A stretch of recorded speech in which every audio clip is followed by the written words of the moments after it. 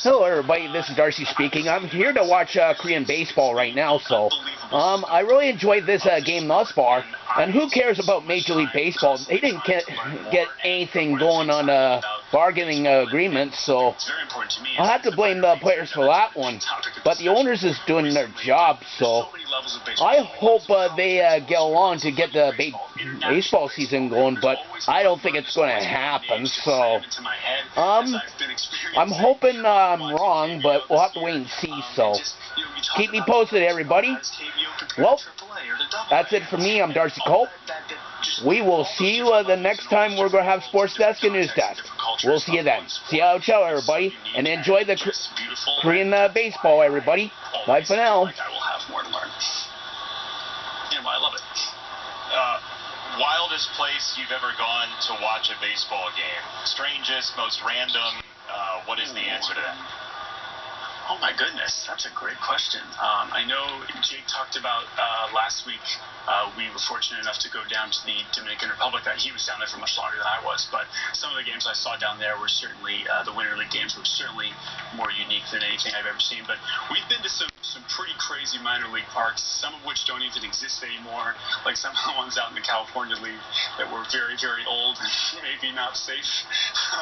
But those were great. But I hope to expand my horizons and go. Of course, I'd love to see a game in London. Would love to see a game in Korea. So I hope this is only the beginning. That's why I've got Mr. Celery here for you. This is from Wilmington, Delaware. The Advanced A team of the Royals in Wilmington has a mascot I talked about a little bit last week. Mr. Celery, it's a dancing vegetable that comes out to celebrate run-scoring plays by the Wilmington Blue Rots. Jason, you have to understand how much I love you shouting out Mr. Celery, because this is a natural plug, because my girlfriend's from Wilmington, and she grew up going to Blue Rocks games, and I got her a stuffed Mr. Celery for her birthday several years ago. So I'm way ahead of you. Yes, she has it, obviously, but if I had video proof, I wish I could have sent that to the producer, say, look, you're not the only one with Mr. Celery Benetti. So I'm 5 steps ahead of you, bud.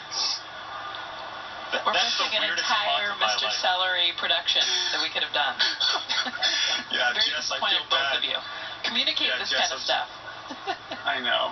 That's on me. Did your girlfriend meet Mr. Celery and get his autograph? That's a good question. Mr. Celery, I know he's often focused on just a lot of woo-hoos. I don't know how much signing he does or communicating like that. So I don't think she did, but I think he's still around. I think there could still be opportunities moving forward to get Mr. Celery autographed. That's a signal that we should never take you seriously when you use the phrase, that's a good question. Well, again, I gotta play to our host here, Jason. I'm just trying to make you look good. Thank you so much. You and Jess met in Williamsport, is that right? Yes, absolutely. After one of the little games. Hal Peterson introduced us. I think just got done. He was like, you got to meet these guys. They're so passionate. They're great. And I was like, I follow them. I feel like this is like a celebrity moment right now. Like, I didn't think you guys were real people.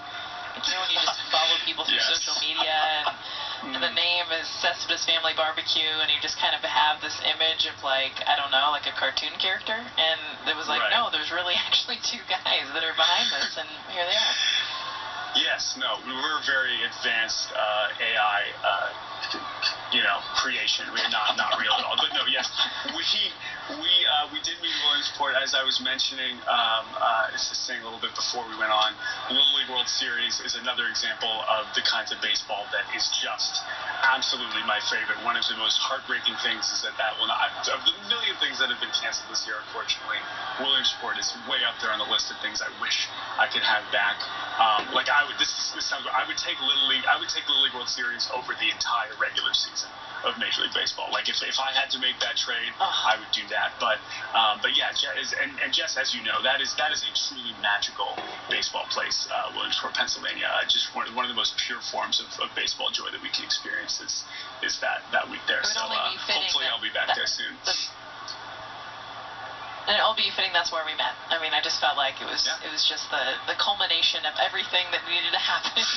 You know, Little League Baseball, which I agree, is one of my favorite, most pure, and honestly, seeing, you know, teams from South Korea, I mean, I feel like I've learned so much about baseball because of Little League internationally, and seeing it at the youth level. I mean, that's when you really understand how it's being taught, and that's been one of the biggest things that I've learned so much, is from these 11 and 12-year-old boys and girls that you see from all over the world, and how they grew up learning the game.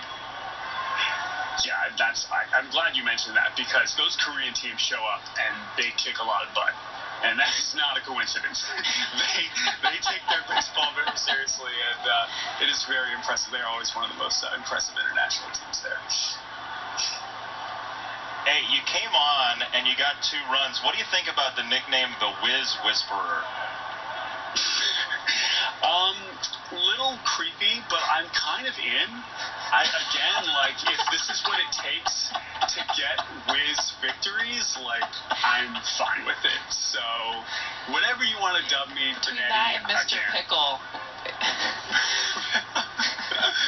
Oh my goodness. I mean, look, I'm trying to give you a new nickname, but you know, sadly that's strike 3, and we gotta go. Jordan Schusterman, thank you for joining us. It's been a pleasure. Appreciate you both. Thank you so much. Whiz, whiz, whiz. See ya. Whiz, whiz, whiz.